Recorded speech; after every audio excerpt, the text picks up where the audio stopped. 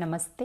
मैं डॉक्टर सुमित्रा आपका मेरे चैनल गागा हेल्थ में स्वागत करती हूँ। तो आज हम बात करेंगे इंसुलिन के बारे में। तो ये डायबिटिक सीरीज़ वाला वीडियो है।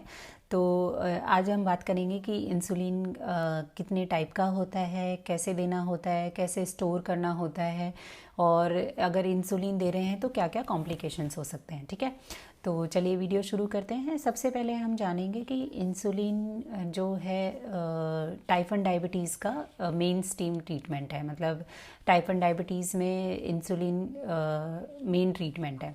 ठीक है, तो इंसुलिन जो होता है, जैसे पहले मैंने आपको एक वीडियो में बताया था कि ग्लूकोज जब हमारी बॉडी में जाता है तो पैनक्रियास से इंसुलिन सिक्रेट होता है।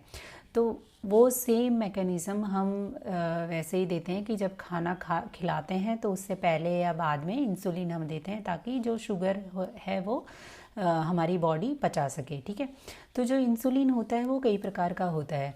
इसके जो एक्शन होता है, ऑनसेट ऑफ एक्शन, मतलब कितने टाइम के लिए एक्शन रहता है, कितने समय देने के कितने तुरंत बाद एक्शन शुरू हो जाता है, उसके बेसिस पे ये कई प्रकार का होता है। तो सबसे पहले ultra short type, rapid acting, regular acting, intermediate acting और लॉन्ग एक्टिंग। ठीक है, तो ये चार ये प्रकार के इंसुलिन होते हैं। ठीक है, तो जो अल्ट्रा शॉर्ट एक्टिंग होता है उसका जो ऑनसेट ऑफ एक्शन होता है वो 10 से 15 मिनट में एक्शन आ जाता है, और जो पूरा ड्यूरेशन रहता है एक्शन का वो रहता है 3 से 4 घंटे। ठीक है, जो रैपिड एक्टिंग होते हैं उनका जो एक्शन होता है वो 15 से 35 मिनट में आता है, और जो एक्शन रहता है वो 3 से 5 घंटे रहता है। जो रेगुलर वाला इंसुलिन है वो उसका जो एक्शन आने में टाइम लगता है वो आधे घंटे से 1 घंटे का टाइम लगता है। तो और जो एक्शन रहता है वो 5 से 8 घंटे रहता है। ठीक है,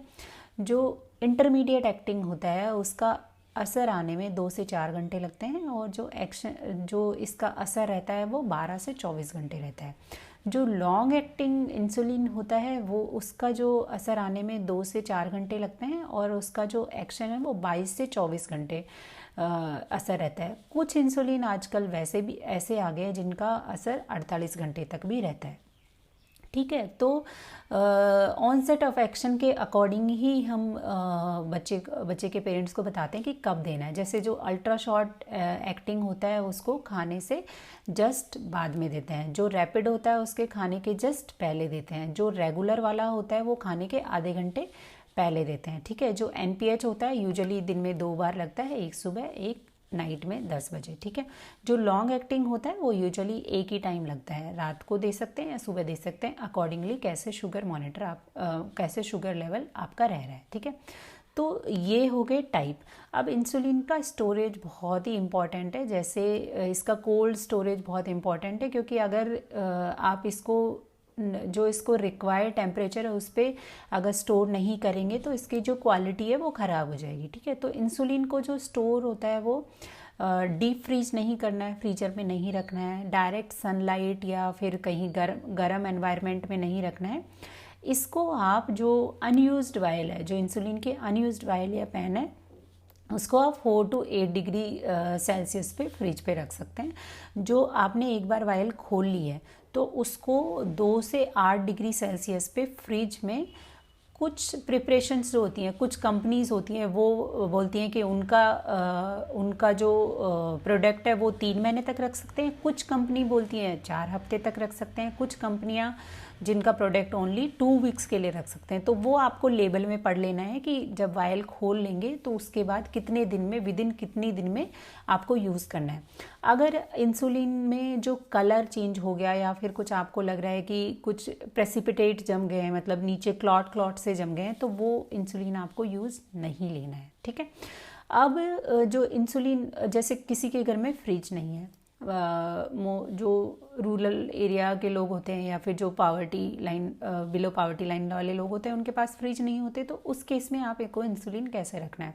इंसुलिन को आपको जो मतलब गर्मियों में जो मटका यूज़ करते हैं वो वाला मटका यूज़ कर सकते हो। उसके बाहर आप मतलब कुछ कपड़ा टाइप, मोटा कपड़ा टाइप आप गीला करके लपेट सकते हो। उसके अलावा आप जो कूलिंग जार्स आते हैं वो भी यूज़ में ले सकते हो, ठीक है। आइस पैक्स वगैरह, कूलिंग जार वगैरह वो भी आप यूज़ में ले सकते हो, ठीक है। अब इंसुलिन देने का तरीका क्या होता है? इंसुलिन जो होता है, आप इंसुलिन सिरिंज से देते हैं। इसकी पर्टिकुलरली अलग से सिरिंज आती हैं। इसको जो नॉर्मल सिरिंज आती है 1 ml 2 ml 5 ml, उस सिरिंज से कभी नहीं देना है, क्योंकि इंसुलिन जो होता है ml में नहीं होता है, इसे यूनिट में होता है। 40 यूनिट, 100 यूनिट, इस कैटेगरी में आता है, ठीक है। तो जो इंसुलिन की सिरिंज होती है उस पर मार्किंग होती है यूनिट्स में, तो इंसुलिन की सिरिंज ही यूज़ करनी है। और जो नीडल होती है यूजुअली इंसुलिन की सिरिंज के साथ ही आती है, या फिर जो ब्राउन कलर नीडल आती है, अगर आपको गॉज वो नहीं पता, साइज़ नहीं पता, तो ब्राउन कलर की छोटी सी नीडल आती है, वो उसको इंसुलिन नीडल ही बोलते हैं, उसको आप यूज़ कर सकते हो, ठीक है। बाकी अगर आप सिरिंज खरीदो इंसुलिन सिरिंज, तो उसके साथ नीडल अपने साथ आती है। अब जैसे आपको इंसुलिन की सिरिंज लोड करनी है, जैसे 2 इंसुलिन एक साथ देने हैं, कई बार एनपीएच और रेगुलर एक साथ देने हैं, तो आप एक सिरिंज से दे सकते हो। बस ये है कि पहले आपको रेगुलर लोड करना है, उसके बाद एनपीएच लोड करना है, ठीक है। तो सिरिंज में जितना यूनिट आपको चाहिए वो आपने लिया, आपने साइट क्लीन की। साइट में आपको बताती हूँ कौन कौन सी साइट में आप दे सकते हो। दोनों बाजूज़ में दे सकते हो, दोनों उसमें पेट पे दे सकते हो, थाइस पे दे सकते हो, पीछे बटक्स पे दे सकते हो, ठीक है। तो जैसे कोई बच्चा लीन एंड थिन है, बिल्कुल पतला है बच्चा ना, डायबिटीज़ का बच्चा कई बार यूजुअली पतले होते हैं क्योंकि वेट लॉस होता है उनमें, तो जो अगर बच्चा पतला होता है तो उसने 2 पिंच टेक्निक यूज़ करनी है। तो आपने जैसे निडल लिया, थोड़ा सा पिंच किया, और अगर बहुत कम आपका मसल मास है तो आपको सीधा 90 डिग्री के एंगल पे जाना है। 90 डिग्री के एंगल पे निडल आपको डालनी है, अंदर डाल देना है और विड्रॉ नहीं करना है, सीधा आपको सिरिंज प्लंजर से अंदर इंजेक्शन इंसुलिन डाल देना है, और उसके बाद हटा के रब नहीं करना है, ठीक है। बट जैसे अगर किसी का मसल मास अच्छा है तो उसको आप 45 डिग्री पे निडल होल्ड करेंगे और उसके बाद इंसुलिन सिरिंज को अंदर डाल के उसके बाद इंसुलिन दे देना है। तो ये 2 टेक्निक होती है इंसुलिन देने की, ठीक है। और आपको इंसुलिन जो देना है वो अलग अलग साइट पे देना है। जैसे सुबह आपने हाथ पे दिया, इवनिंग में आपने थाइस पे दे दिया या पेट पे दे दिया, क्योंकि साइट बदलते रहने से आपकी जो स्किन थिकनेस होती है इंसुलिन की वजह से वो नहीं होगी, और इंसुलिन का असर बराबर आता रहेगा, ठीक है।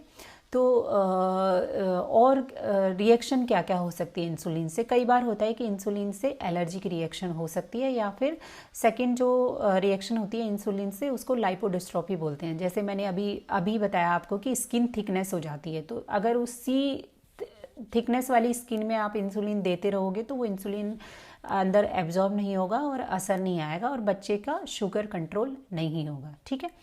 तो ये हुई आज के वीडियो की जानकारी। तो अगर ये जानकारी आपको अच्छी लगी हो तो प्लीज़ लाइक कीजिए, शेयर कीजिए और सब्सक्राइब कीजिए मेरे चैनल को। और कोई भी आपकी क्वेरी हो तो आप कमेंट सेक्शन में डाल सकते हैं। नमस्ते।